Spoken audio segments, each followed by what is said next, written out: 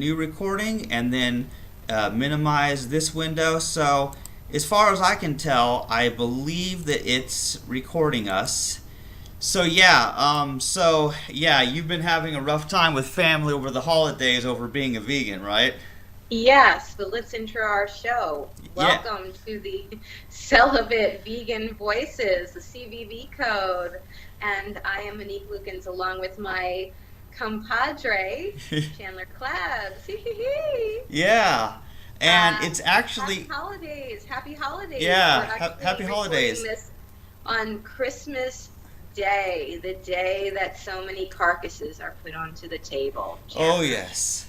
Yeah, absolutely. Today is Christmas, and it's been kind of a nice day because I'm not working. And yeah, a lot of vegans have trouble around the holidays with their families. And Yeah. yeah, I got your text earlier. So somebody tried to serve you something you believe was vegan, but you knew it had cheese. You could taste it. Yeah. Do you know the story, The Princess and the Pea? Yeah, actually, that's like one of those fairy tales, right? Where like a true princess could feel that there was a pea under the mattress or something like that.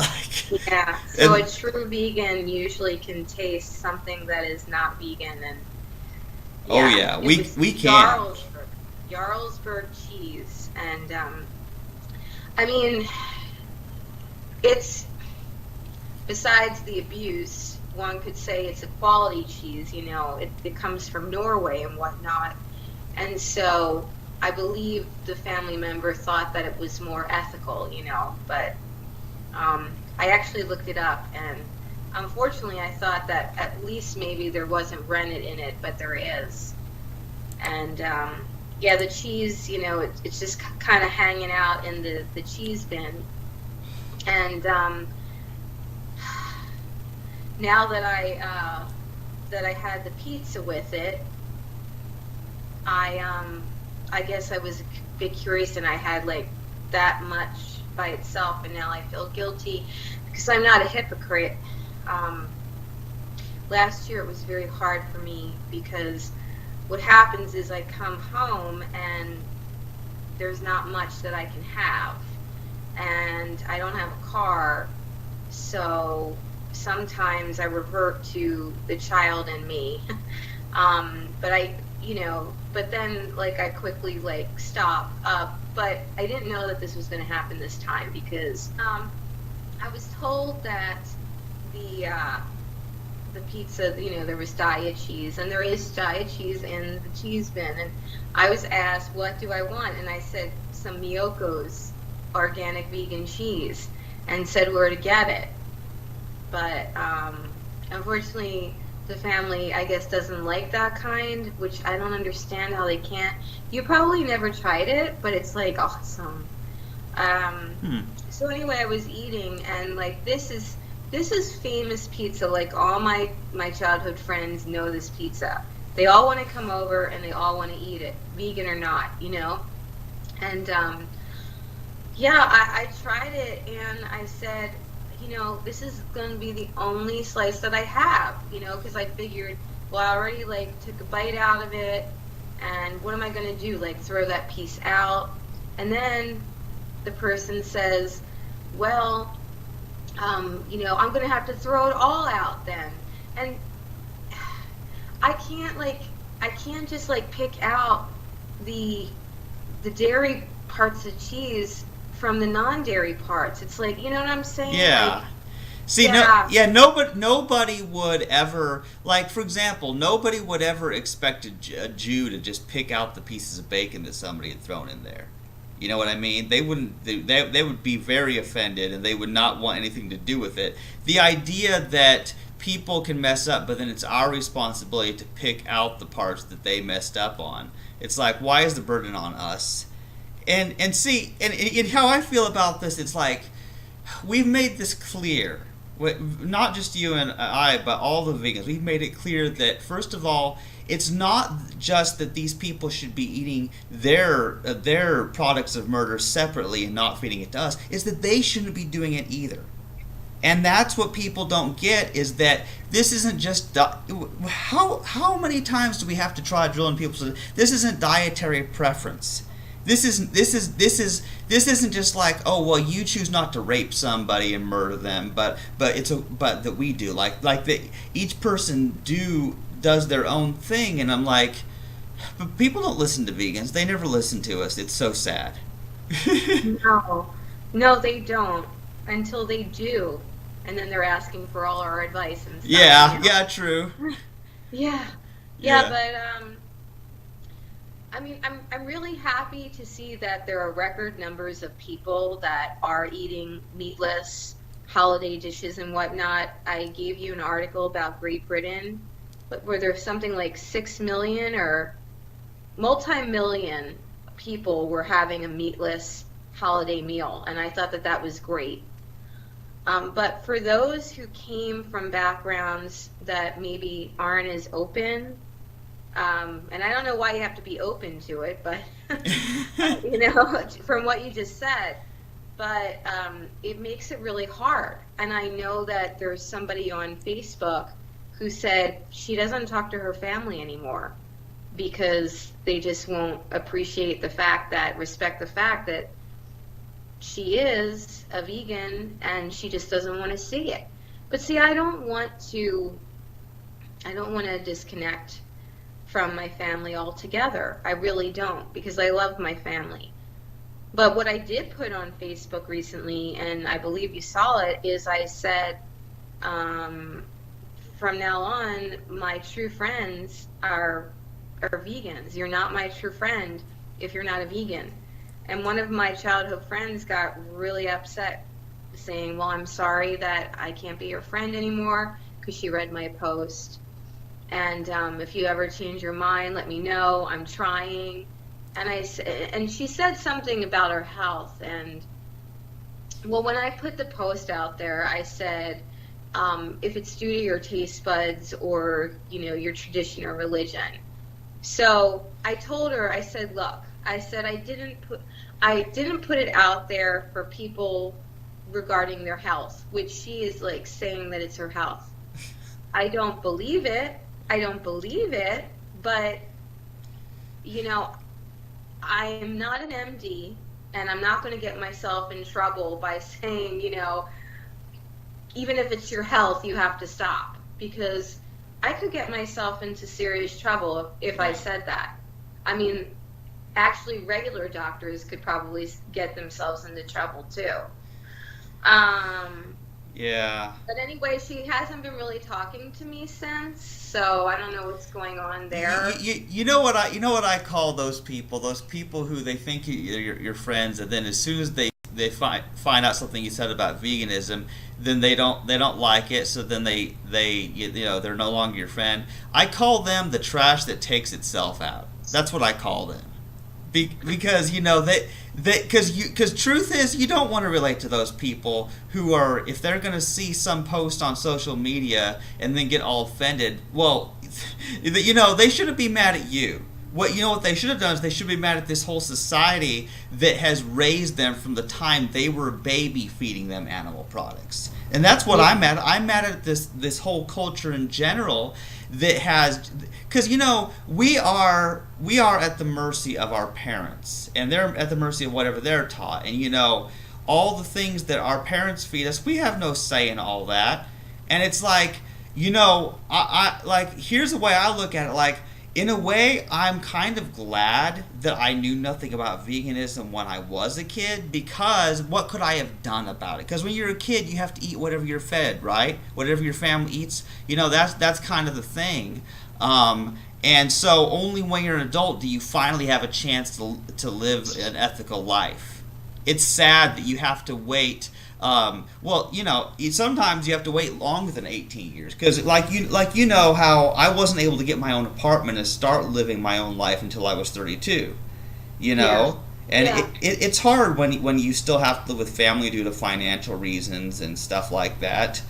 Mm-hmm. And the more family you have, the harder it is.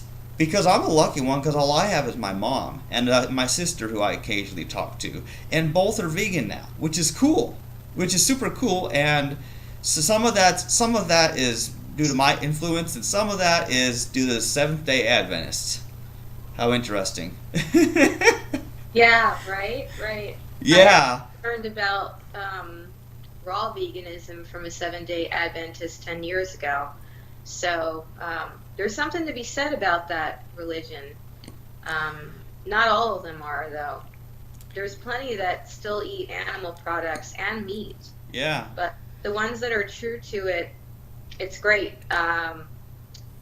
It's I read a while ago that they're the longest living people in America, the Seventh Day Adventists. I Not just believe because it. of that, but because they don't have caffeine, they don't have alcohol, and they really want to take care of their body because they feel that that's part of their, I guess, godly duty, which I don't understand why the other religions don't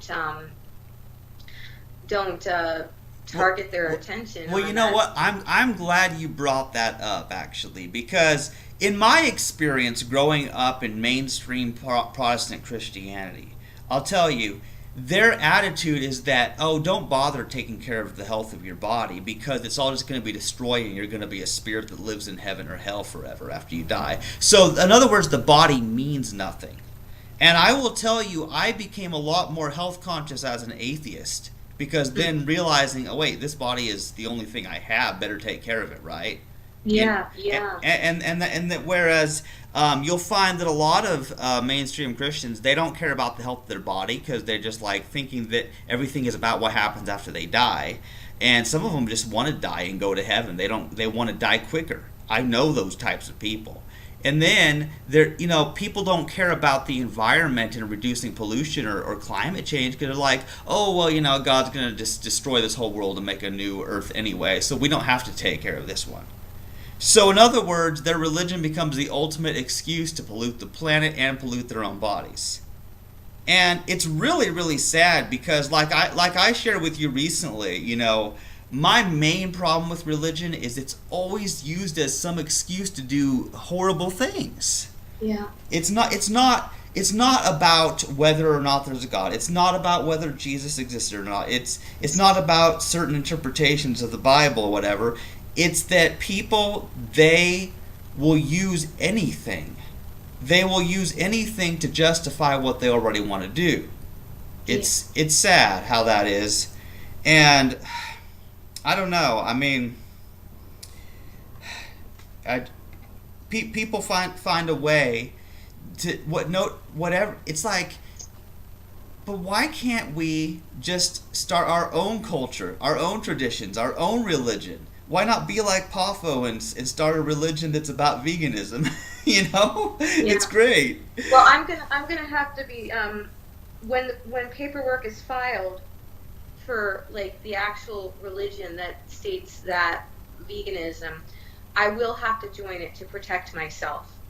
Yeah. Because I feel that I've had an insane amount of things happen to me that have hurt me economically when I know that I'm doing the right thing.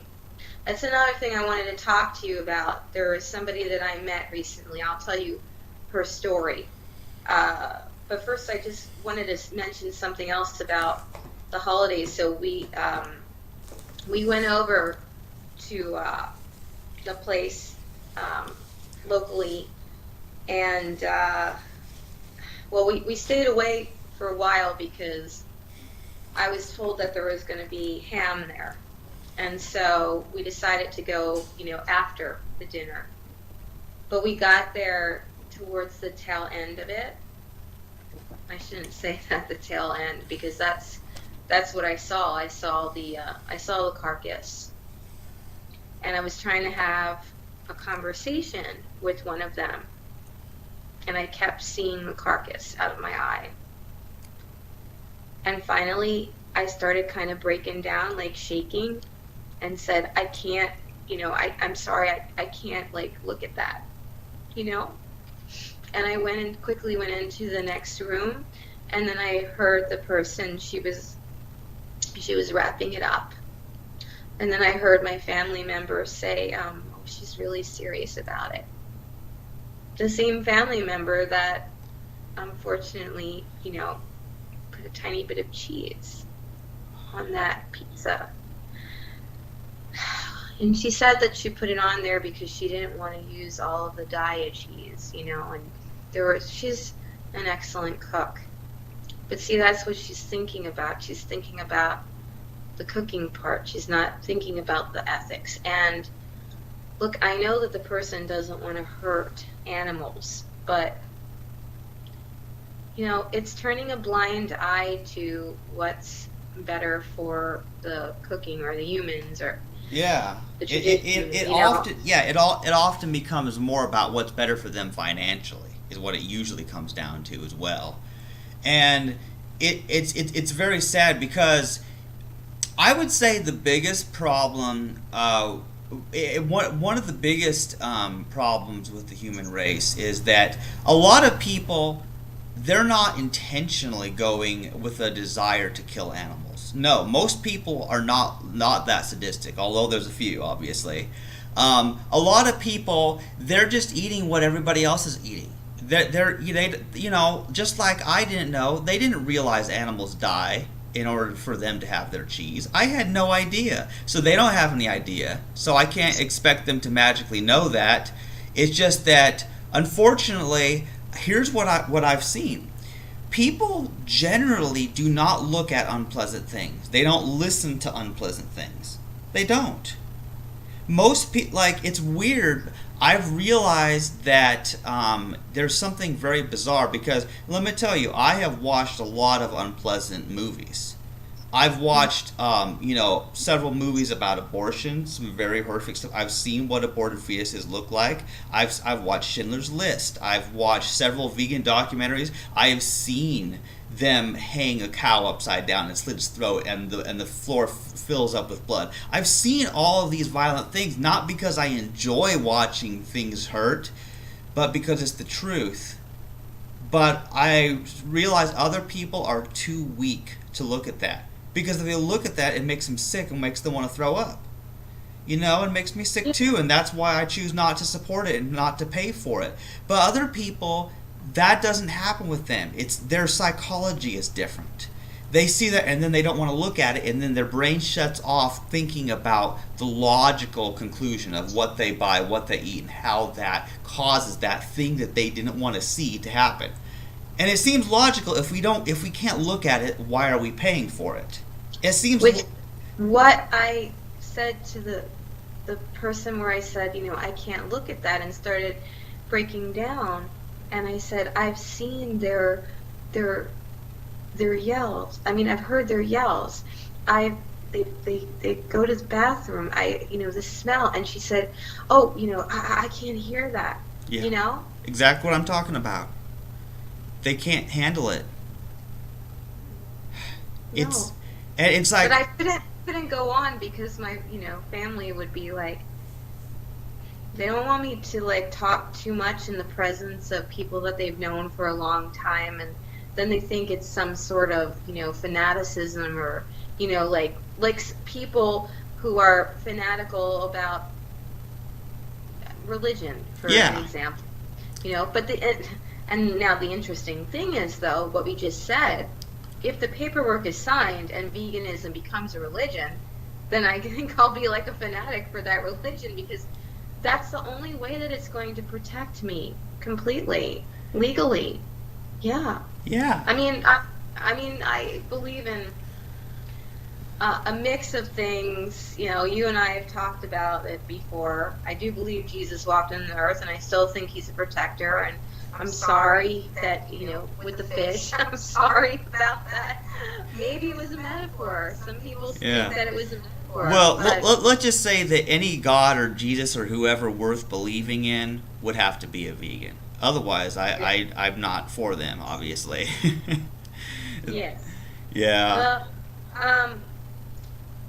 So I wanted to tell you about a holiday party that I recently had for one of the companies that I work with, and I was able to have a vegan commercial, if you would, go out to about 4,000 people in the company, because I organized an organic vegan holiday social.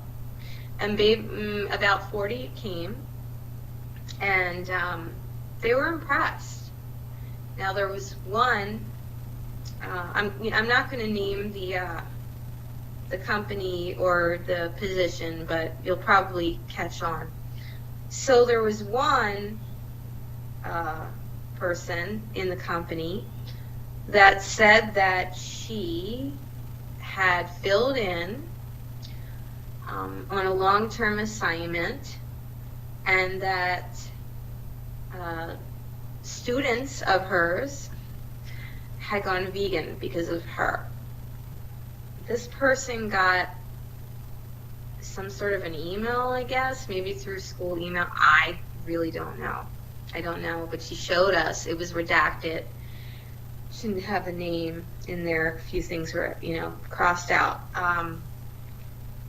And the girl said, "Thank you so much. I went vegan this Thanksgiving. My mother got upset. And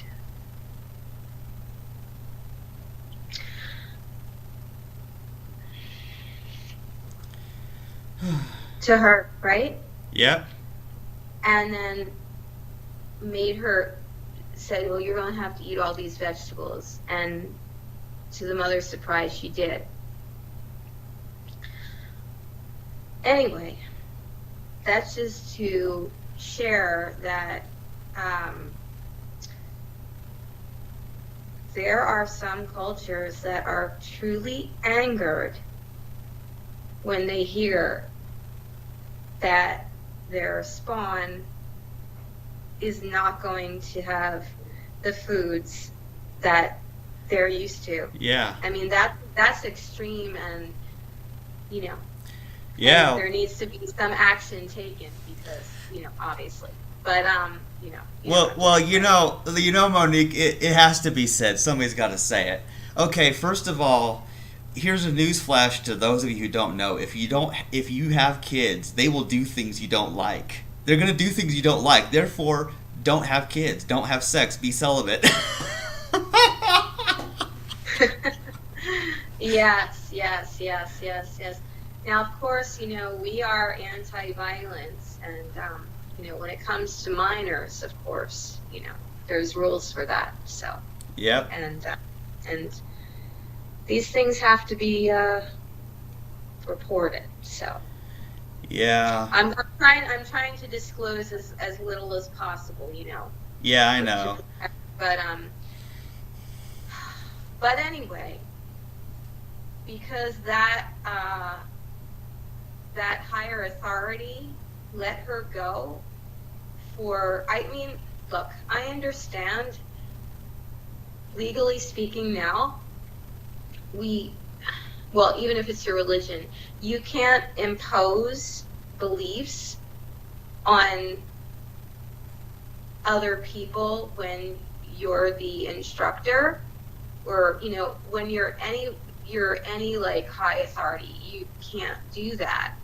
But if it's fact-based, which I believe hers was, yeah, what is wrong with that if it's fact-based? Well, yeah, see, here's the deal. First of all, I gotta say this. First of all, school is all about the government imposing on the next generation what they want them to believe. People don't realize school is a religion. They are look. It's first of all, they selectively teach what certain things. And people are given, like in school, about American history and stuff. They're given a one view, and there's details left out. Everything is very carefully picked what the students will be taught. There are committees and laws about who will be taught what. Take, for example, the famous, you probably heard of the Scopes monkey trial, that, this big war over whether students would be taught creationism or evolution. And that was one of the hugest wars about what will be taught in schools. And it's like some try to suggest a compromise where they teach both, but everybody is on a war over what children are taught in school, because they all have a certain outcome They want these children to be taught a certain thing so that they will buy certain products. It's all financial. It's all business. And then another thing that's a very controversial thing is vaccines. Like, apparently, if you go to public school, you have to be vaccinated. That's another reason I can't have kids, because I'm against vaccines and I would not vaccinate them, so they couldn't go to public school, but I also wouldn't be capable of homeschooling them. So it's unfortunately, being like a teacher in a public school is probably one of the worst things a person could get into, just because they're only allowed to say certain things, and of course they can impose beliefs if it's what the government... And acting, and I'm in both of those. How did that happen? Yeah. One thing you and I have in common, Monique, is that we always do things the hard way. Like, we just do things that are difficult. It's crazy. But yeah, like, it's very sad, because everyone is imposing a belief, whether they know they're doing it or not. Every time a parent feeds their child any food, they're imposing belief. Anytime any book is read in a classroom or given as assignment for a reading class, everything is some belief imposed. Now, some things are, of course, just factual, but those are generally limited to things that we can verify, such as certain mathematics and certain scientific facts and that kind of thing. But I would say the large majority of what people are taught is speculative. It's opinions and beliefs that we can't verify as being true or false. So it's very sad how that is. Yeah. There's a book called The Catcher in the Rye, and the book was banned for a while, but like this teenager, the main character of the book, he's really not a nice person, and he's kind of glamorized and whatnot, but it's a classic, so it gets to go into a school. And also authors, that were on drugs and had lots of sex and stuff like that, but if they write a masterpiece or whatnot and becomes like classic literature, then their book gets to be read. But isn't it weird? But what does that tell you about our society, that there are certain books that are banned? What does that tell you? That means there's information that people don't want you to see. And you know what happens every single time a government of a country bans a book? People, they want to read it. The more they're being told, well, there's this book that we don't want you to read, and the people are thinking, what is it they don't want me to know? And they become suspicious, and they will go out of their way to find that book. Even the Lorax by Dr. Seuss was banned for a while. Did you know that? No. Yeah, I read a Wikipedia article about a list of banned books, and that was the foresting industry that wanted to ban that book, obviously. I mean, it's just so weird. You cannot have a society based on facts if people are forbidden from reading certain books. That's crazy. And like, for example, I wouldn't want the Bible banned. First of all, I want people to read it and know what's wrong with it. That's good. Yeah, for sure. Yeah. Well, on my way to where my family is, I made a pit stop in Las Vegas because it was the cheapest way to go, right? Yeah. I got a $46 room, airport shuttle to and from, so that it was safe, and I ordered organic vegan, and it went to my room. Yes. In Vegas, the lobby was a casino and whatnot, and I wasn't falling into any of those traps. I wanted my organic vegan, and there's some places around, so it was nice. But I got to tell you, I was a little bit nervous. So the first airport shuttle, I think that the guy was fishing a little bit. He's like, "Oh, your boyfriend should pay for your traveling," I start getting nervous, as a single female, you just don't know where people are going with that kind of stuff, Ugh.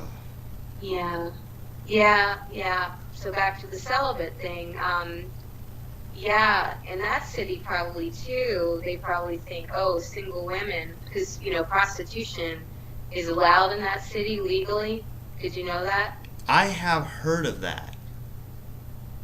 Mm-hmm. That's actually a very, very weird concept, that there are places where prostitution is legal or illegal.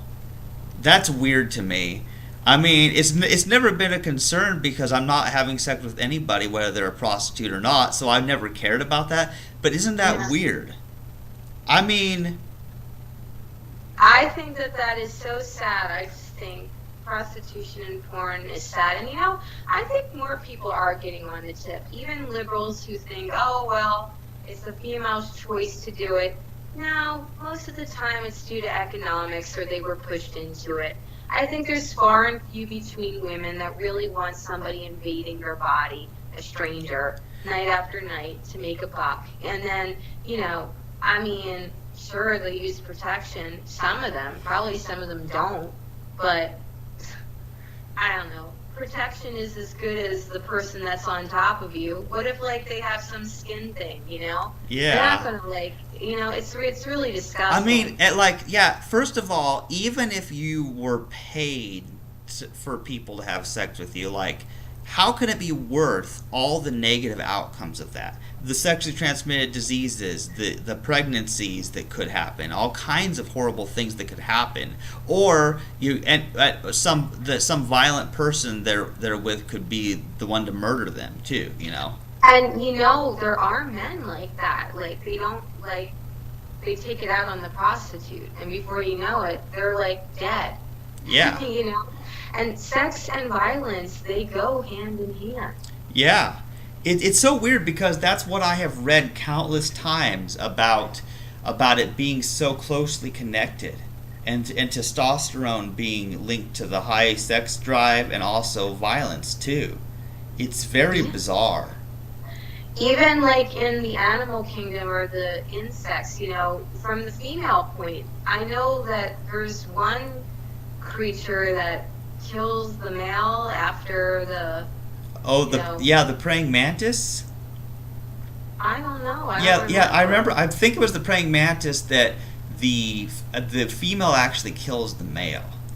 Because I think it's one of those things where technically the male rapes the female and she's pissed off, so she bites off the head of the male. I guess because she's in a position to do that, so she kills the male.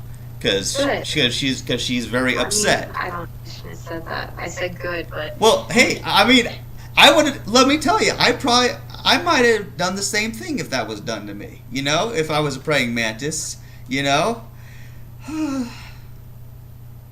So that's where the expression "bite my head off." Yep, that's where that comes from.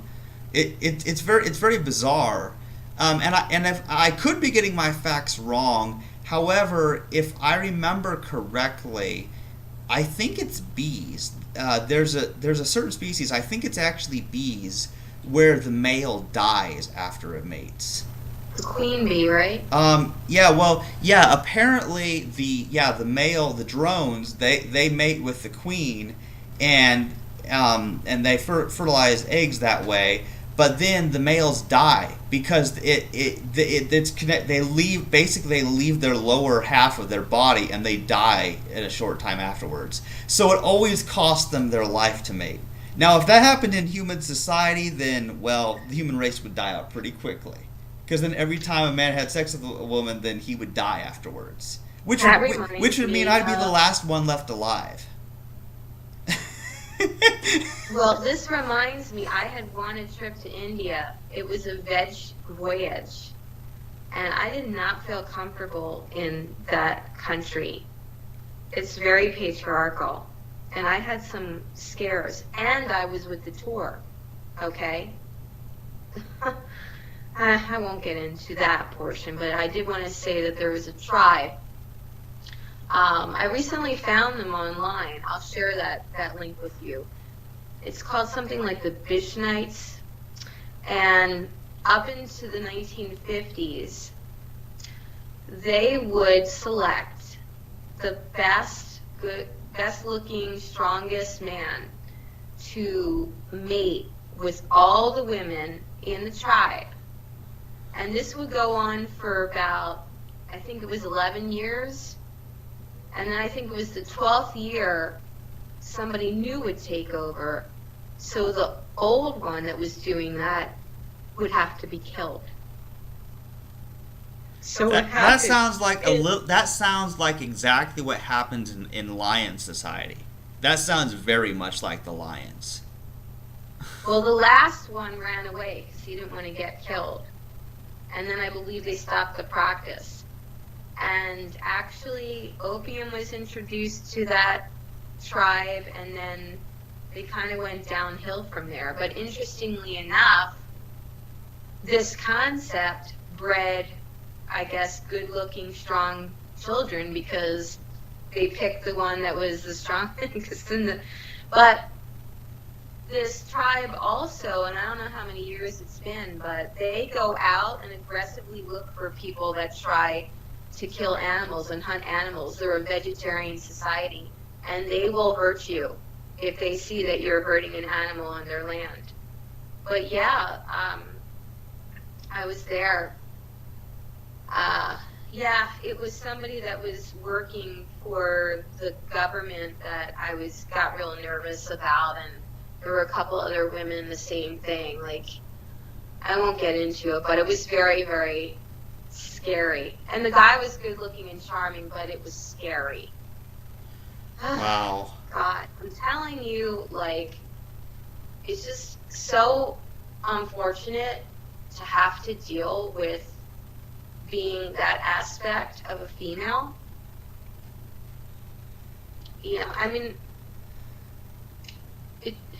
even tonight when we went over to the people that we know, there was one person who said a friend of hers went in couples to Mexico, and one of them forgot an article of clothing and went back to the hotel, and one of the gardeners beat her up. She's not sure if he did some other things. I think it was a few men. Rolled her up in a blanket and sent her down like a cliff. She lived. But here she was with like a group, if you would, but she went off for a moment to get her article of clothing, and that's what happened. And I mean, I don't know. Like, I'm not sure if these kinds of things happen so much before. I mean, males have always tended to be violent, and there's certain cultures that have it more than others. But, you know, and it's not, and again, you know, we've talked about this. It has nothing to do with race. It has everything to do with ideologies, sometimes economics. Also, can they get away with it in the society more? Yeah. If they can get away with it more, then, you know, it happens. Laws could be out there, but if the laws aren't enforced, then... So anyway, it just really is so upsetting, because I used to do more, but I think it's gotten scarier out there. And also because the more that I'm aware, you know, it just turns me off. It turns me off to want to date. Yeah. It turns me off to want to envision myself in a relationship where I might have to compromise. Yeah. You know? And yeah, so I have to say, like, it would be nice to have a companion, but at the same time, I'm very happy being, like, knowing that, you know, I'm in my own space and I'm not compromising, you know, myself. Well, the best companion is somebody who lives somewhere else that you don't share the same roof with. Basically, that's the best way, because then you have you know, your alone time, but then you also do things with that other person. I think people get along better when they each have their own separate lives. Then they can do things together, you know, but they don't have to. Yeah, because if you're with anybody 24/7, it gets really old after a while.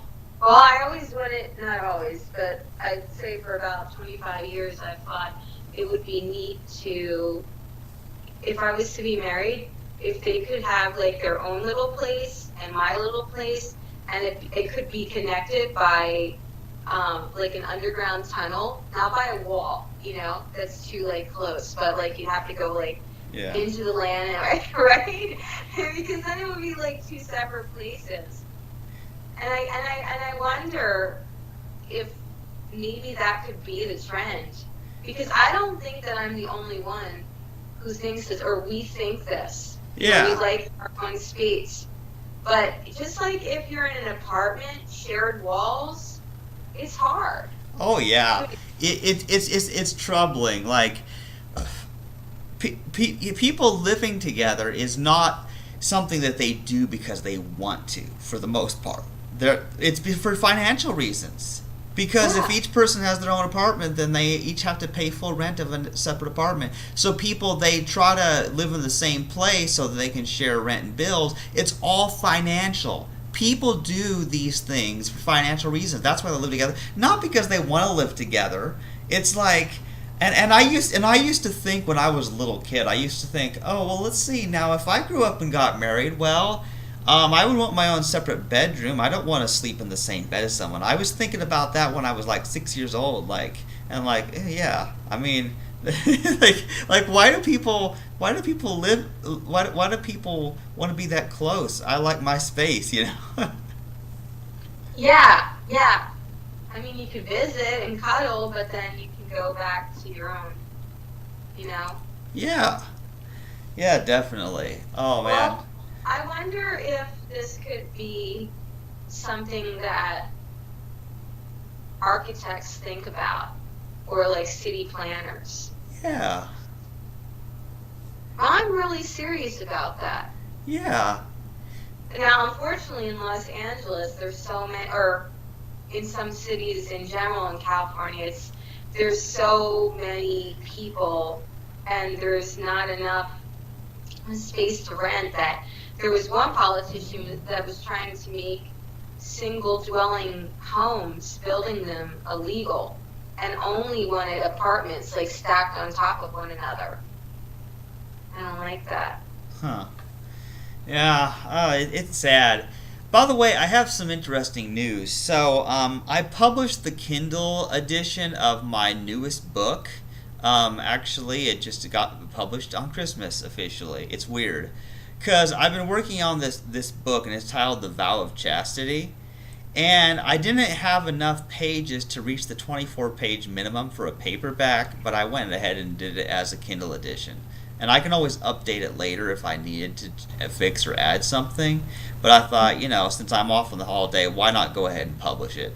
No, I mean, I doubt anybody actually will read it, but it's like, hey, it's out there,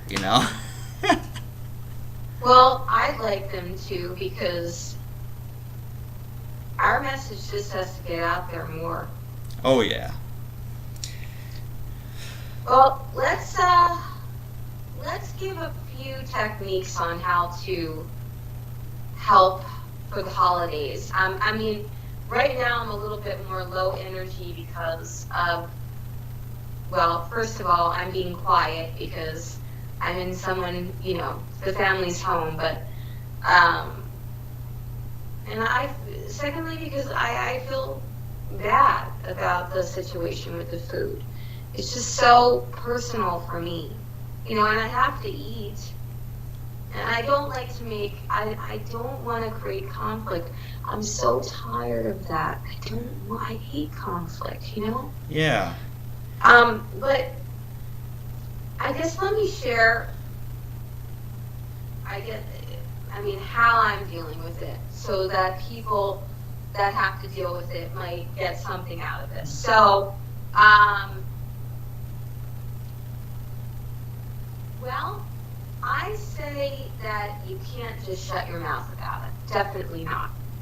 You have to state why you feel the way you do. At the same time, if you don't want to have too much despair and whatnot and conflict, just put it out there in smidgens. Because if you you know, if you're gonna be rallying the whole time, then it's Yeah. gonna be difficult for you.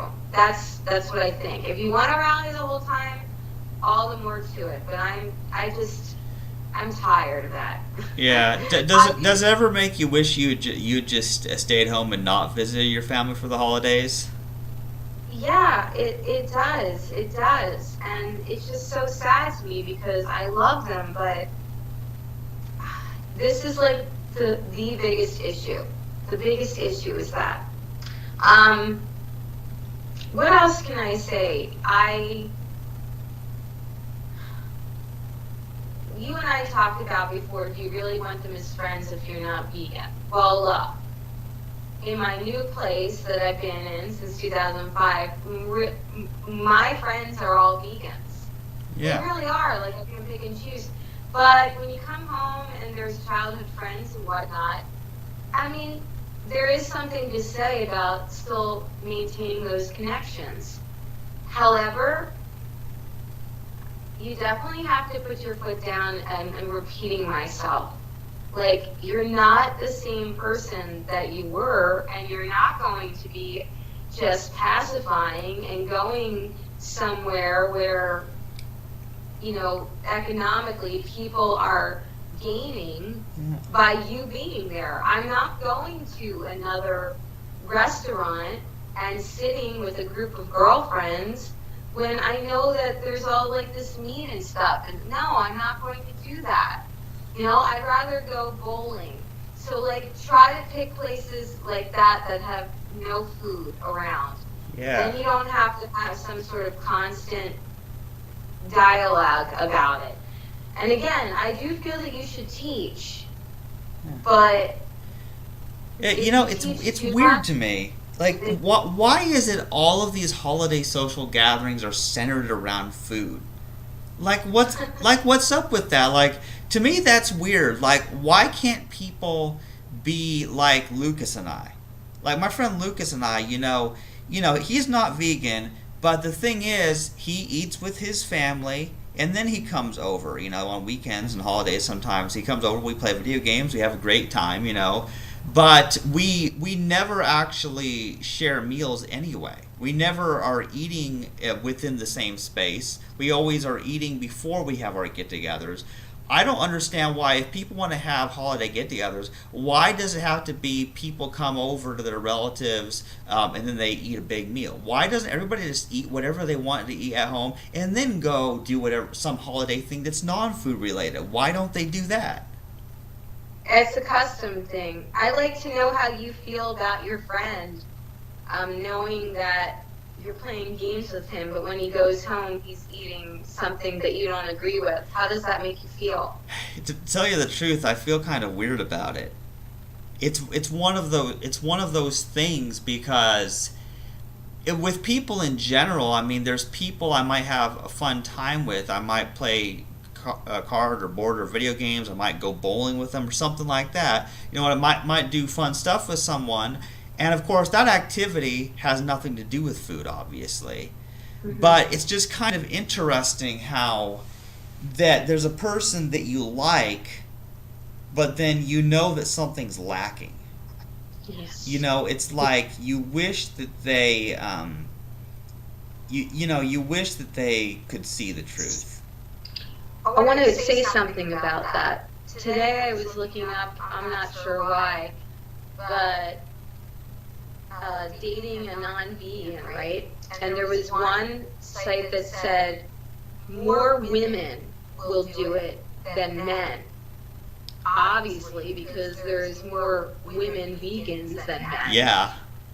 Now, there were a plethora of women that said, you know, great, you know, I changed him to a vegan, or, yeah, he's mostly vegan now, or, I gotta tell you, I just don't want to get into a relationship and hope and try to teach you to go vegan.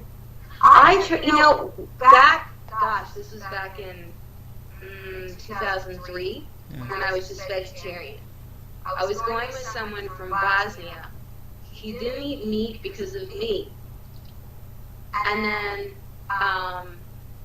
there was one, that was the last person that I ever tried that with. There was one person before him that did eat meat. You know, this was after I became the vegetarian. And he used to say, Monique, people need meat. People eat meat. And it was horrible the way he was like talking. You know, but I just don't want to have to be your teacher in this area. Because, I mean, I don't want to share a refrigerator with someone who has meat and dairy. I don't want to share a table with someone that has meat and dairy. I don't want that. And however long it takes for them to get to it, I just don't want it. Yeah. Yeah, see, like, here's the thing is that, well, okay, here's a good analogy. Okay, now, typically... I'll be your teacher about it, but I'm not going to be your girlfriend and teacher about it. Right, no. Yeah. Well, here's an example. Now, okay, for example, let's say that I want a shirt. I go and I buy a shirt, okay? Because I'm not a person who sews, I don't go out and buy thread and a sewing machine and all this stuff and then sew a shirt. You know what I'm saying? I like it pre-made, so I like my vegans pre-made. Okay, I want a friend who's already vegan before I meet them. I don't want to have to transform thread into a shirt. I don't want to have to transform a carnist into a vegan. Why can't they be that way already? Because they'll tell you the truth, Monique. They should have been a vegan whether or not I existed. They should have already, I should not have to be the savior of the world. Yes, absolutely. I feel the same way. And I was watching something on C-SPAN tonight, and it was about all the lies that are in this presidential administration and that lies that other presidents have said and whatnot. But it was saying that the culture today actually has an expectation of lies. And I think that's one of the reasons, too, why it's so difficult for me, because I'm not a liar.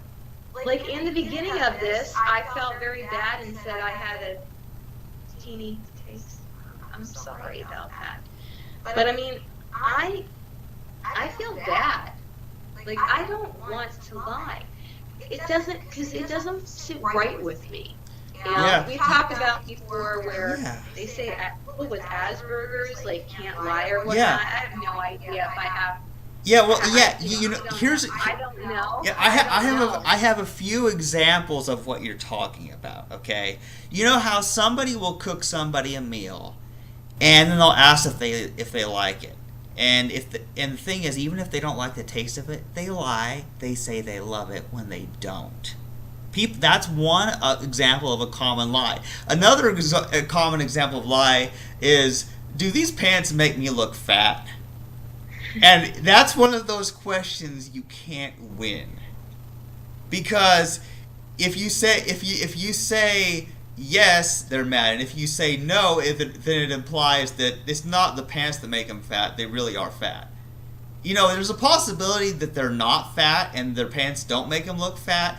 But either way, when there's a person who asks you that kind of question, they're not a reasonable person to begin with. Or why would they ask you such a silly question? I really only enjoy eating by myself, to be frank with you, or somebody that understands the organic and vegan aspect. I mean, even today, I'm gracious that they had something vegan for me, but I was thinking, is this organic? Because, I'm very concerned about that too. There's too many things that can come down with all these chemicals sprayed, and the food and drink, and that wells up in your body, and I have to be careful. Yeah, anybody could pass away at any moment or whatnot from anything, but it's like, as long as I'm here, I want to make sure that my body is taken care of, because it's too much hassle and too much expense for it to And in fact, you know what? I had an experience. This was some weeks ago. I don't drink coffee. I used to have a little bit, but I had been rear-ended in an accident, and I got sensitive to caffeine. I'd never had a lot of caffeine, I'm telling you, but I would have a little coffee. And I remember that I had almost fainted. Well, I did. I like bumped my head on the floor from after having coffee. And also, I used to have like a half a glass or even maybe a full glass of wine per day. That came from the Italian of my mother. And after that accident, I couldn't do it. I was very sensitive to, these feelings. So I stopped. Well, the only coffee that I ever have is, there's a store called Trader Joe's, and they'll give you like little sample cups, so I can have like a little sample. It's not the whole thing. Now, Pep Boys, they give you free coffee when you get your car fixed.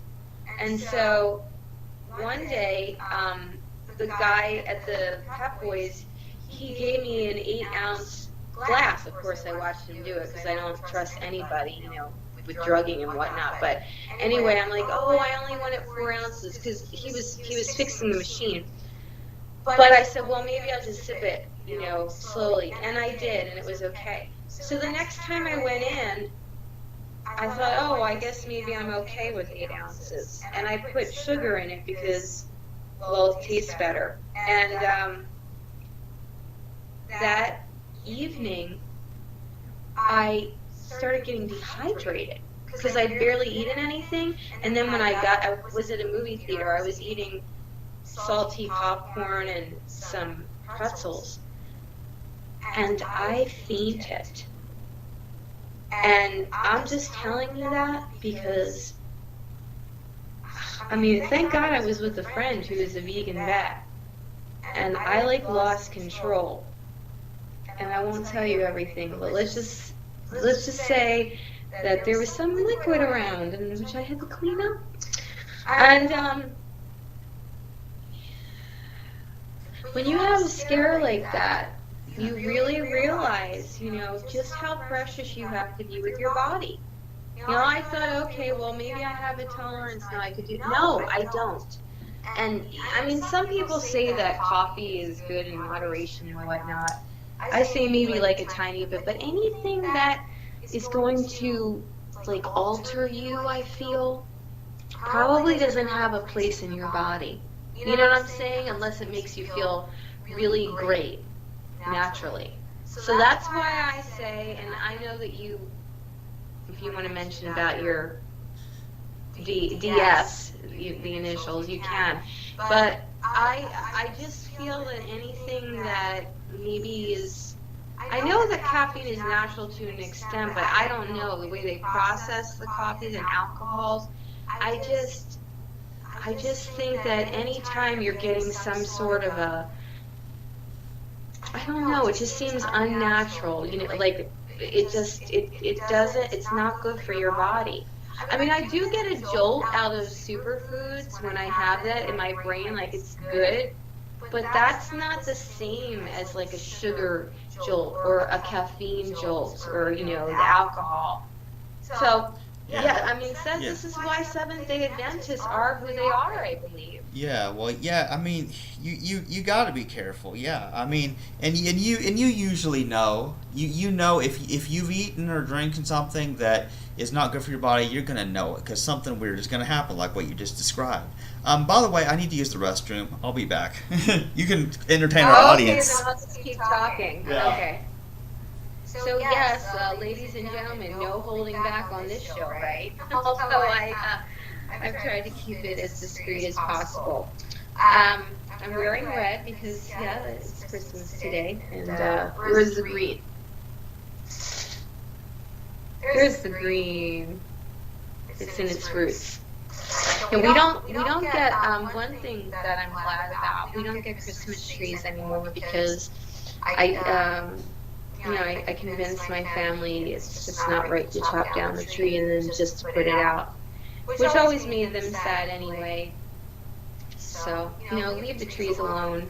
Unless it's rooted, then maybe it's okay, but, I just feel that the tree should probably stay where the tree belongs, right? Yeah, I feel plants have feelings too. That's been proven to an extent. So, but if you do fall back over the holidays, if you're a brand new vegan or even an old vegan, don't just give it all up because you fell back. It's just like exercising. Once you're on a roll and you're doing it every day and whatnot, you're feeling good, you're looking good most of the time. Then you might stop for a day or so, and then all of a sudden you completely give it up. I've done that too. Don't do that for the vegan thing. Not just because of your body, but because of what it does to these sentient beings. Sentient beings are what the New Zealanders now call the animals. They have been recognized as sentient beings. And all sentient beings have feelings. So we have to respect them. I was just telling them that if they fall back over the holidays for whatever reason, not to give up. Because that's what some people do. They fail and then they give up. But this is one thing that they can't give up, because it's not just that they're giving up like on their personal health. They're giving up on treating animals kindly. And kindly, I don't even say, sometimes I think to myself, we say, oh, be compassionate. But just like you said a while ago in the show, it's like, you just don't want to murder and rape. That's not even about being compassionate. Yeah, it should be law. Compassion is like, oh, I understand you were late because this and this happened. It's okay. That's compassionate. Right? Yeah. Compassionate. Yeah. Think about it. Think about this. All these things that we consider good things, like, okay, let's talk some My Little Pony for a little while. Okay, we got the elements of harmony. Kindness, honesty, generosity, loyalty. There was another one. Oh, laughter. That was another one. Apparently, that's an element of friendship, is laughter. Yeah, it's like, but think about this. Why? Let's take honesty, because honesty is probably my favorite, at least definitely one of my favorites of the elements of harmony. But isn't honesty just telling the truth, not lying? Why? Think about it. The very fact that they have to have a pony who's honest, shouldn't we all be that way? Shouldn't people have this idea that certain people are virtuous and they're honest and kind, and that's acceptable, that once in a while there's a person who's kind. But when I say that, I think for my idea of kindness is simply, hey, how about just not hurting anybody? I don't think it's some kind of magic unobtainable thing. And like with love, everyone has their idea of love, and I think, well, isn't love really just treating somebody as an equal? Isn't that treating them the way you'd want to be treated, the golden rule? Isn't that it? Because if people keep thinking that love is some far off thing, like it's a feeling that comes and goes, and you love somebody, then you hate him the next day, or like if that's love, then that's not worth having. That's not worth wanting if that's what love is. Exactly. So I would just say that being vegan, we're loving the animals, and that means we're just caring about them, and we don't want to hurt them. That's really it. I wanted to say too, I called Smithfield Farm, who owns Farmer John's, and I told them, I asked the customer representative, I said, what makes your company think that it's okay to sell other beings' bodies that don't belong to you? And one of them said, well, we're guardians of the animals. I said, okay, you're guardians? Does that mean you kill them? She hung up on me. Yep. I called again. I made 3 calls. The one person that was the last person was a supervisor, and I told her what this person had said, and she's like, well, we're not supposed to give, opinions out like that. I'll have to talk to her. And I said, well, can you please tell me, and I asked the same question, what makes your company allow you to think that it's okay to sell other beings' bodies? I mean, you don't own the bodies. And she said, we legally own the hogs. That's what she said to me. Yeah. And I mean, this is just horrible, because even though legally, I gather, in this country, they own the hogs, Yeah. they don't, like, from a metaphysical standpoint, they do not own the hog. Yeah. The hog owns his or her own body. Yeah. See, okay, so this is the thing. First of all, the concept of ownership and all laws were made up by humans.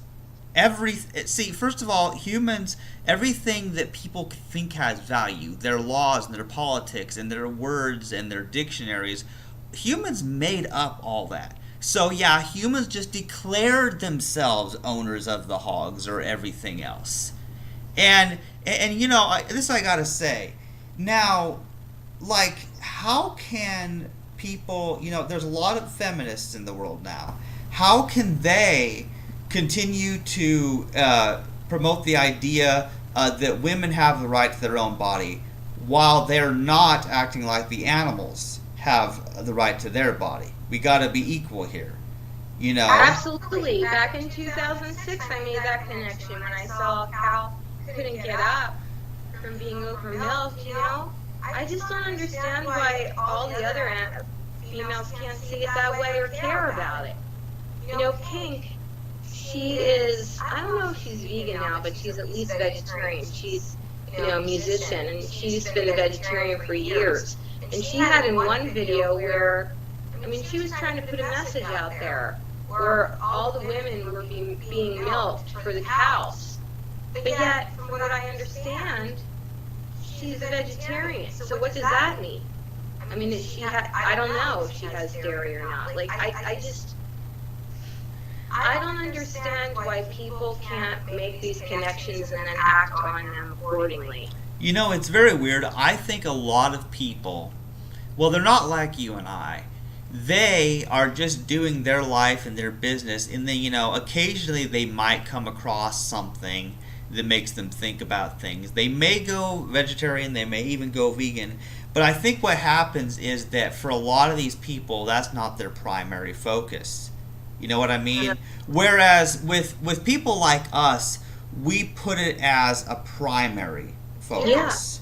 Yeah. Yeah. See, here's the thing is, like we already know what a committed vegan you are, obviously. You have suffered financially so much because of it, because of running into people who didn't like your veganism and your industries and stuff. Whereas my thing is, such a large majority of what I do in the time when I'm not working is I'm doing podcasts and recording videos and posting on social media. I use the internet mostly just to be able to speak things that I never have a chance to say otherwise. Right. It's very weird. Like, for example, my recent video, I don't know if you saw it, but the video about vaccines that I talked about recently. Oh, and that, I think that was just yesterday, actually. Where I was explaining that, a lot of vegans don't realize that, animals are killed in the process in the production of vaccines. And I was reading from a link on the Food and Drug Administration website, the FDA, that explains about how animals are used and how viruses are bred in animal bodies. And all this really gross stuff, and how they feed these viruses blood and stuff. And people are not aware of this stuff, that yes, it requires animal bodies. A vegan cannot accept a vaccine because they're literally consuming animal parts basically when they have these viruses injected into them, and so it's one of those crazy things. And after I learned about that, it's like, well, I was never into vaccines anyway. I never got a flu shot anyway because I was never just really into it. I didn't think it necessary. But after I found out how vaccines are produced, then now I'm an anti-vaxxer. And so when my friend had posted about Tara Strong, the voice actress that does several cartoon characters, people were getting mad at her because she was concerned about ingredients in some vaccines. So then all sorts of people were mad at her, calling her an anti-vaxxer, and she's not against vaccination. But so my friend sent me a link sent me some stuff about what's happening on Twitter. So I looked it up, and then I just kind of did my own response video about this topic and tried to educate people. I don't know if anyone listens, but it's like, seriously, we're not making this stuff up. You can get onto government websites, you can get on medical websites that tell you how vaccines are produced. This, and what we do as vegans, this is all based in fact. We're just telling people, well, yeah, here's how animals have to die in order for you to get these products, and animals die for you to get these vaccines, and all these things. We just point out factual information, and then people call us the extremists. They just don't like being shown how what they're doing is supporting murder. It's weird. Like, now there is a certain type of person who's very interesting. There are those people who they're just like, yeah, I support murder, but I don't care. I'm a bad person. There are those people who out there. Like, a lot of people aren't that way. They want to view themselves as a good person, so then when somebody points out that they're supporting murder and rape or something that's obviously wrong, they try to deny it and they try to justify it. There is a certain class of sociopaths out there. They're like, oh yeah, I murder and rape all kinds of animals, and I'll rape and murder other humans too if I have the chance. There are people who are honest enough to admit that. There are people who are on, and to tell you the truth, I actually like those people better than the people who play all these mental gymnastics and mind games where they try to justify their murder. Other people are like, oh yeah, well, yeah, I mean, I do these things, but I don't care. I just, I don't care if I kill. I don't care if I rape. I admire them. At least I respect their honesty, whereas I respect nothing about those other people. I see what you're saying, and you get out of their way. Yeah, it's like, well, thanks for the warning. Now I know that you're a sociopath and you don't care who you hurt. So it's like, okay, I have nothing left to say to you. See, look here, the vegan message only goes out to people who have a conscience. You have to have a conscience. You have to, at some level, have some desire to where you don't want to hurt someone,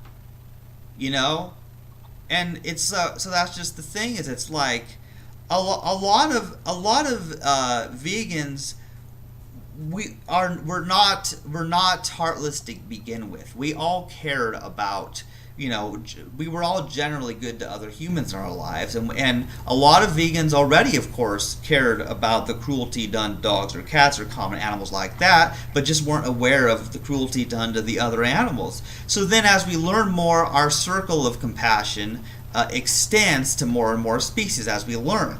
But you have to have something there to begin with. You have to have the moral material there to begin with, or you can't become a vegan, because if you just don't care, you can't change. You have to care. That's right. And going back to how people expect people to be liars, I guess because there's quite a lot of people that don't care. Yeah. If it doesn't really affect them, then they don't care. They don't like to be lied to if it personally affects them, Yeah. But people kind of expect lies. I don't know. I think back in the day, people didn't lie as much. I truly feel that. I wasn't there. But I mean, like George Washington, supposedly he said, I cannot tell a lie.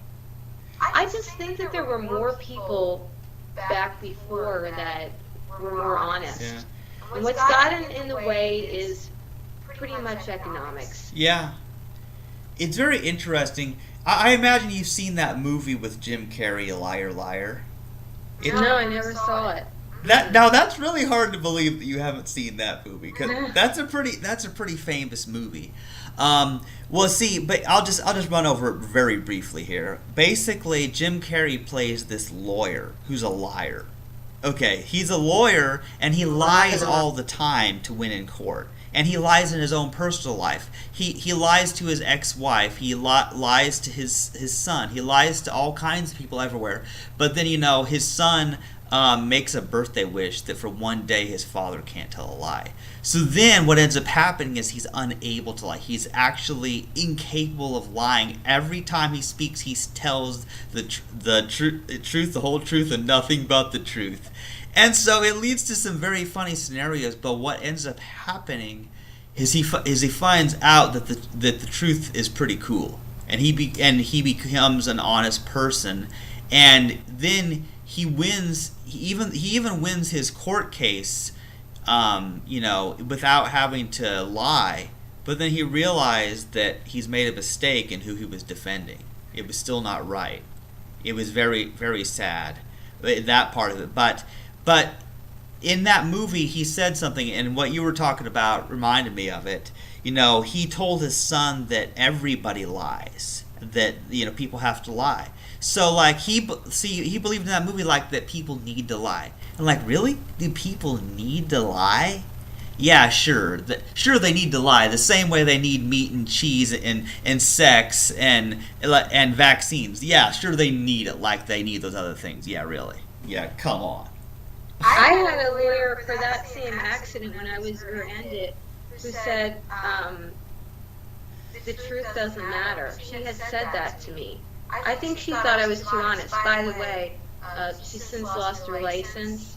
I had mentioned something, and so did another party. It was pretty bad. I do feel that there are too many attorneys out there that it's just awful.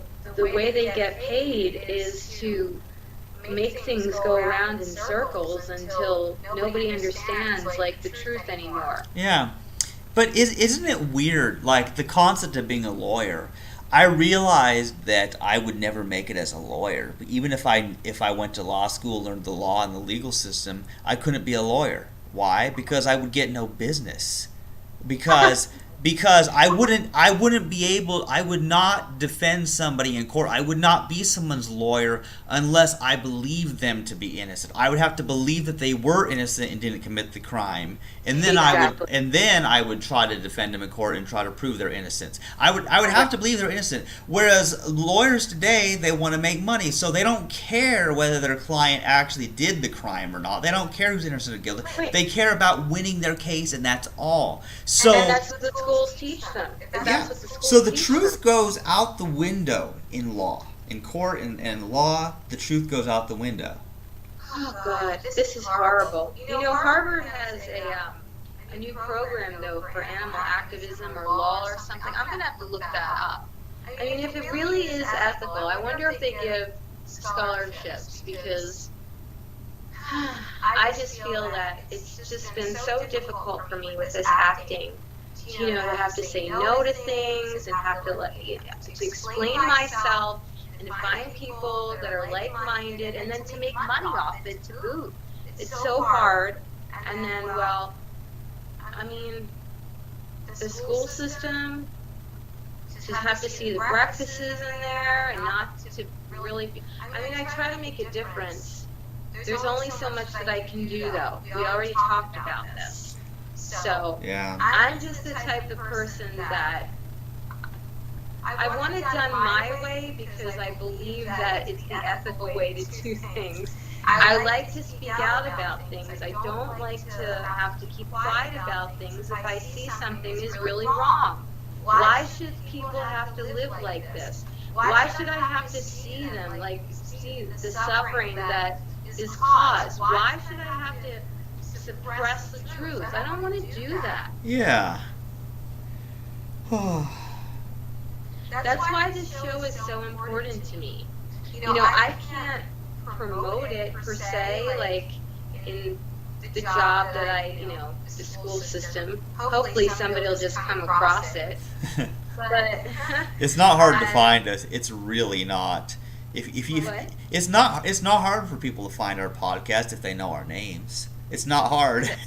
That's true. Yeah, That's true. yeah. So that's the thing is if somebody gets on Google or YouTube and starts searching for Monique Lukens or Chandler Klebs or my new name Chastity White Rose, either way they're gonna find our podcast. Maybe I could get a scholarship. I'll have to think about that. I think I'm deserving of a scholarship for animal activism for sure. Oh yeah. But yeah, everybody knows who you are. You're even on the Internet Movie Database. Yeah, I am, and I'm on some vegetarian vegan website for being a vegan celebrity. I'll have to give you that link. Did I ever show that to you? You probably did, but I don't remember. Okay. And then there's your broad jam, all that music you made and stuff. It's like you are so talented. You're just out there everywhere. Thank you. Thank you so much. I wanted to share something else with you before we go, because, oh gosh, what the heck was it? We've gone over so much.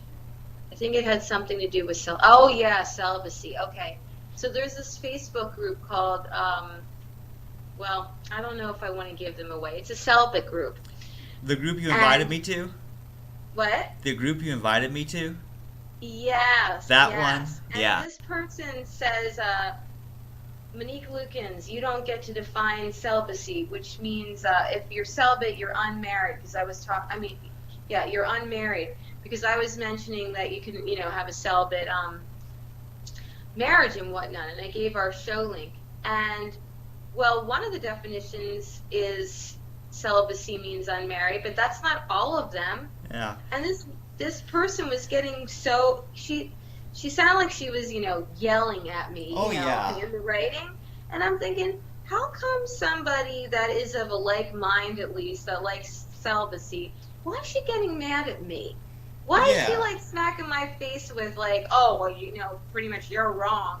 Why? That's so I saw that and I'm like, why would this person be so weird? And first of all, if somebody gets on Google like I do and look up celibacy, and I've looked up several different words, but the thing is, yes, every word is going to have more than one definition. But here's the thing, there's more than one definition of celibacy, and yes, one definition is state of being married, but the other definition is basically not having sex, And, well, here's what I think is, I actually think that both of those definitions, there's a way that those two definitions fit together, although they're different. And here's what I mean.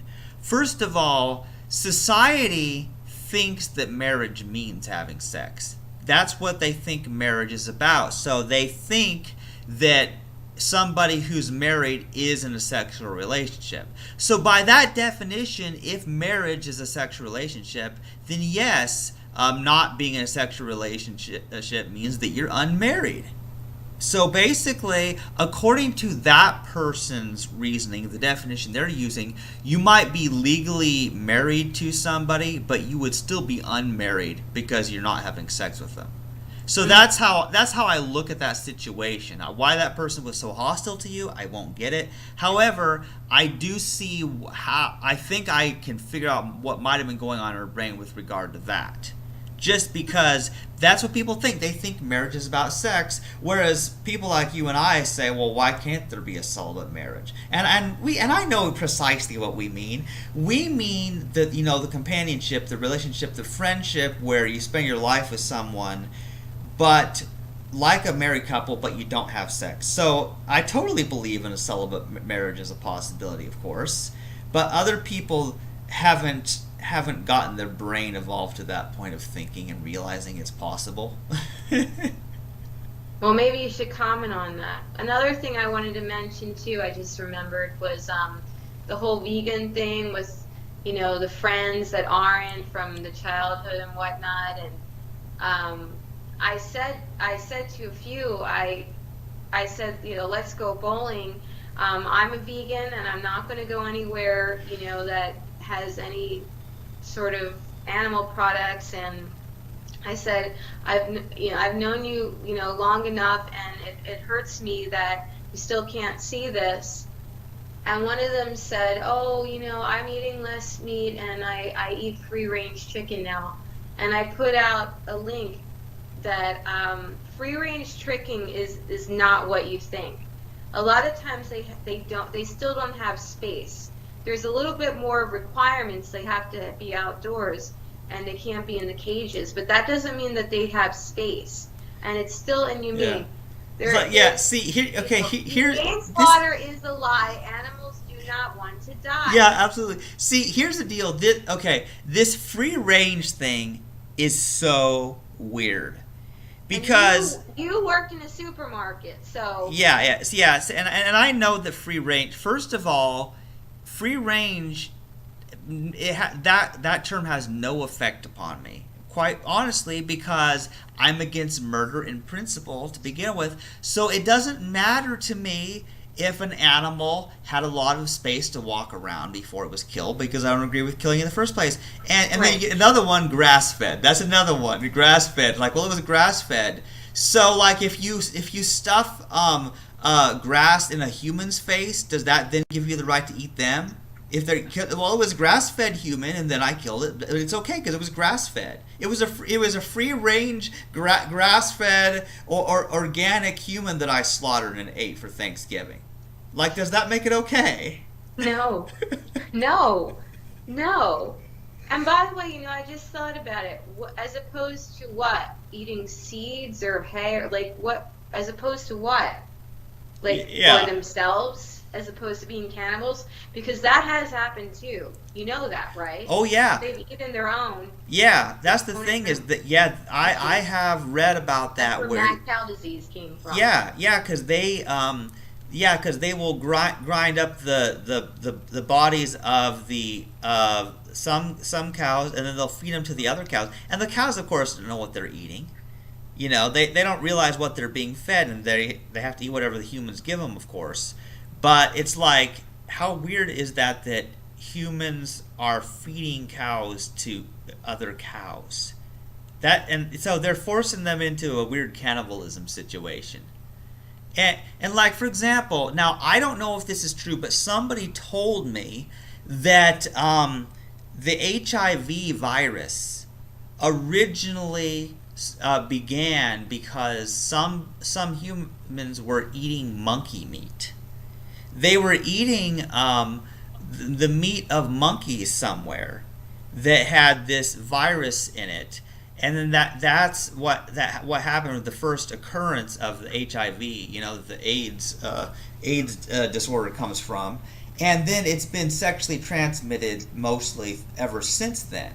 It's become one of the biggest sexually transmitted diseases. AIDS, that HIV virus, and it started with monkey meat supposedly, and It's very bizarre, but then people, they pass on these viruses through these sexually transmitted diseases, and it's so weird, and I find it very bizarre because, the health reasons alone are a good reason to be celibate. Just all the diseases that are out there. Yeah, absolutely. I'm glad that you say that.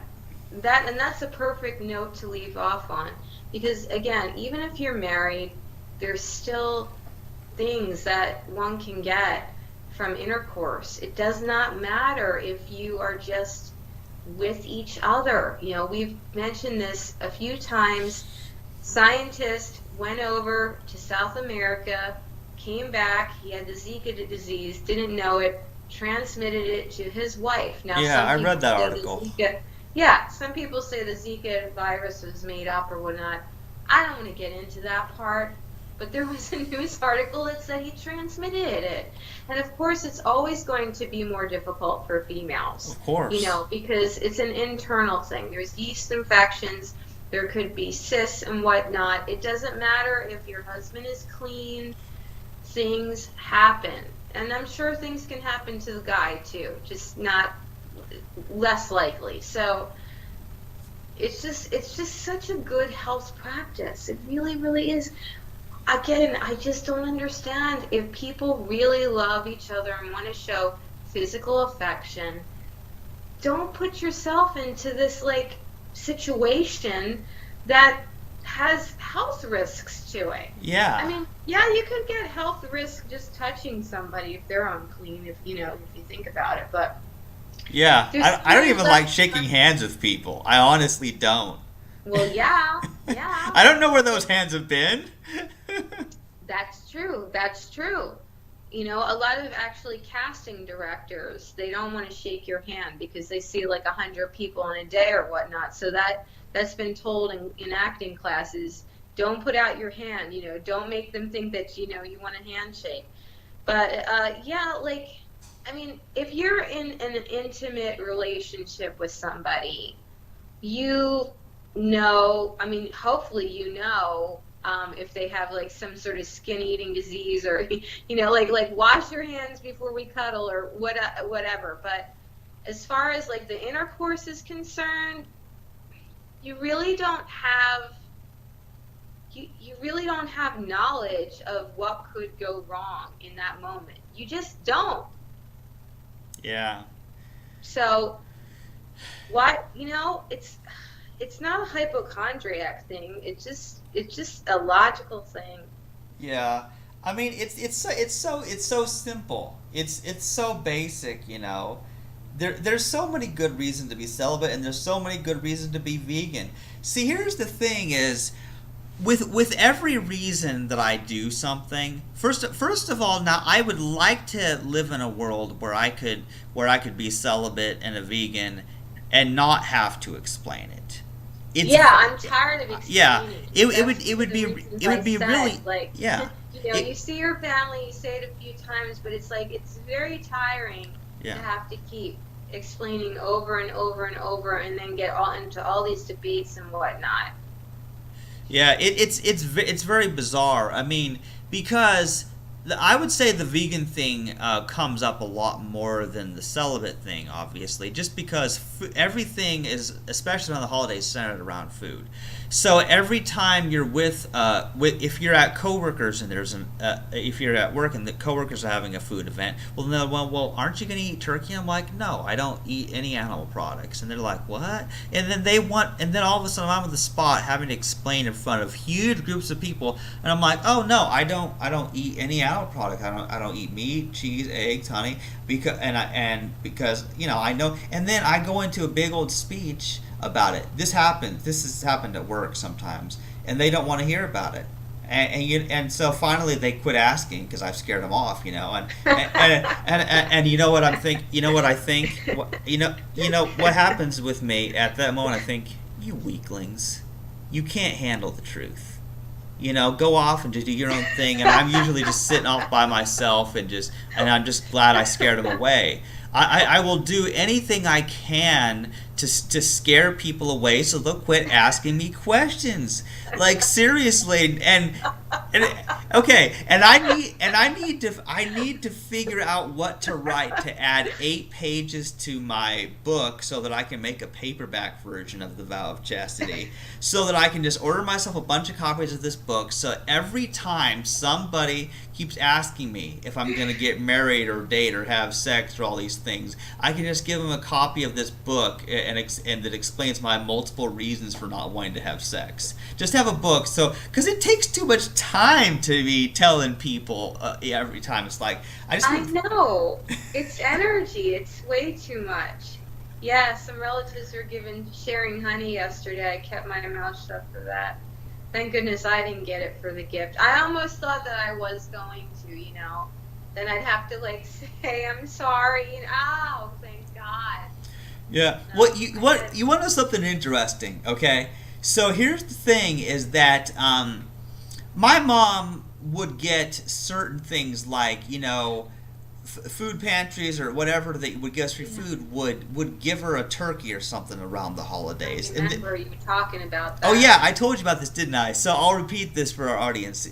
Yeah. So here's the thing: is so they, my mom would be getting the these free turkeys, every year and stuff like that. And so here's what happened. Over the years, things would sometimes, okay, so it was given to her, so she would cook and eat it.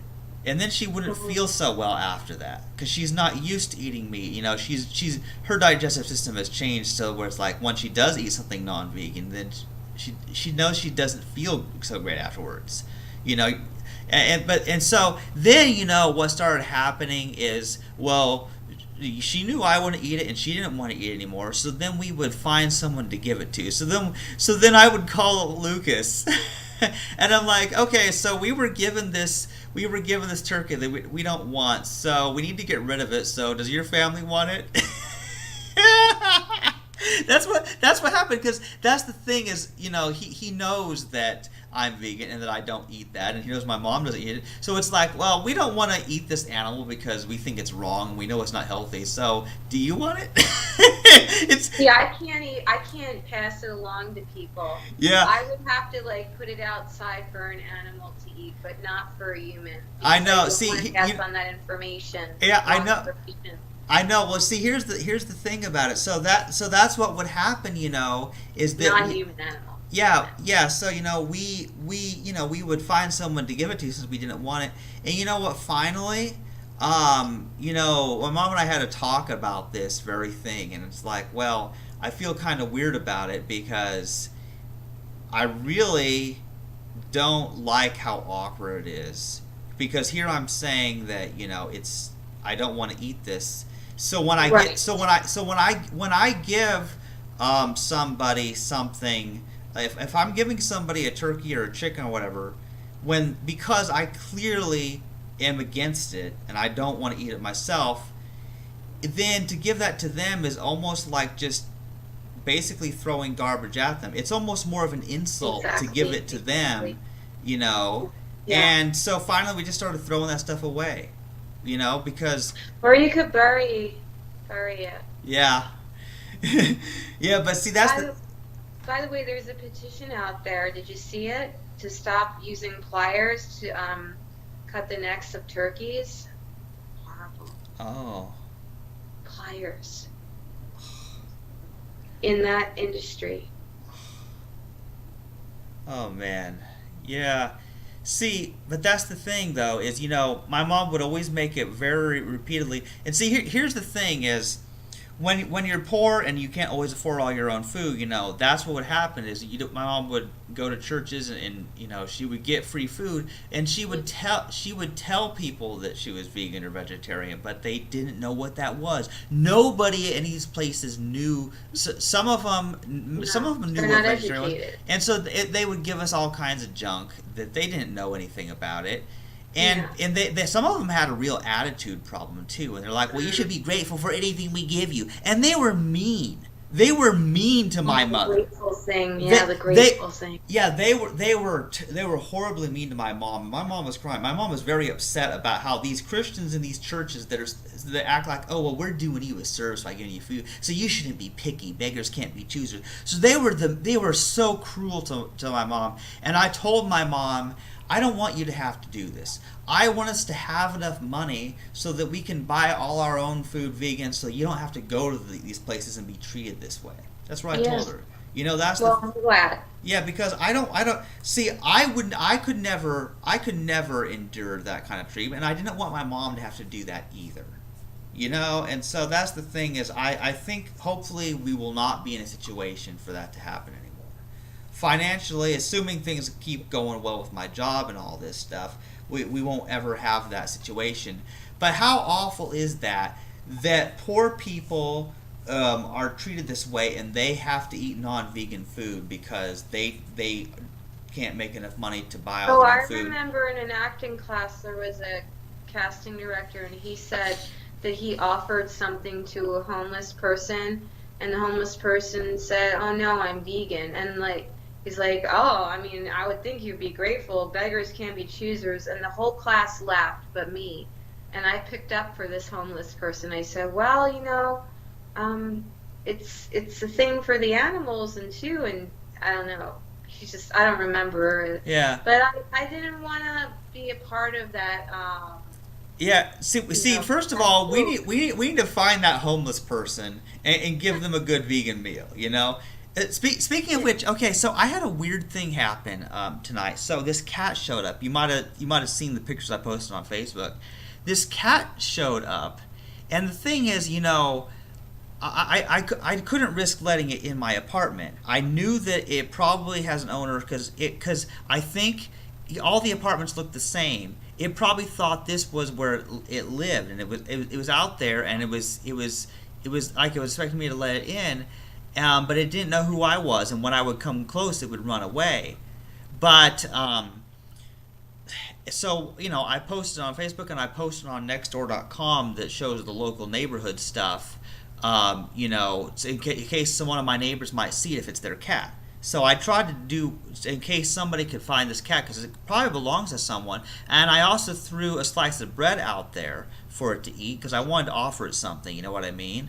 But it's like it's just very interesting because yeah, this poor cat, and I wanted to help it, but there's only so much I can do, you know, because I'm not equipped to take care of a cat anyway. First of all, and we can't have animals in these apartments without paying a pet deposit. So even if I wanted to take it in until I find another home, I'm not like legally allowed to do that. So it just makes me think about it, and so I think of that cat the same way as some homeless person, some homeless human, and it's like, you know, it's sad. Um, Years ago, I almost had a part-time job taking care of a cat while someone was on their vacation. But they wanted me to feed the cat some chicken feed. And I said I couldn't. I said I'll feed the cat some vegan food, but I can't. Never heard from her, by the way.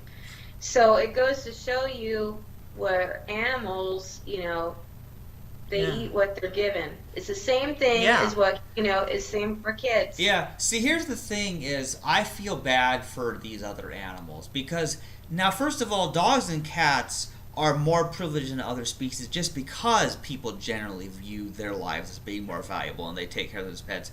However, I wouldn't want to be a dog or a cat because I would be at the mercy of humans to feed me. Because I, as a human, have the chance to work my job, earn my money, and buy my own food. Whereas those other animals don't have that. So I would never want to be in their position. How sad is that? But like, yeah, if I did have a dog or cat, you know, I would be feeding them vegan too.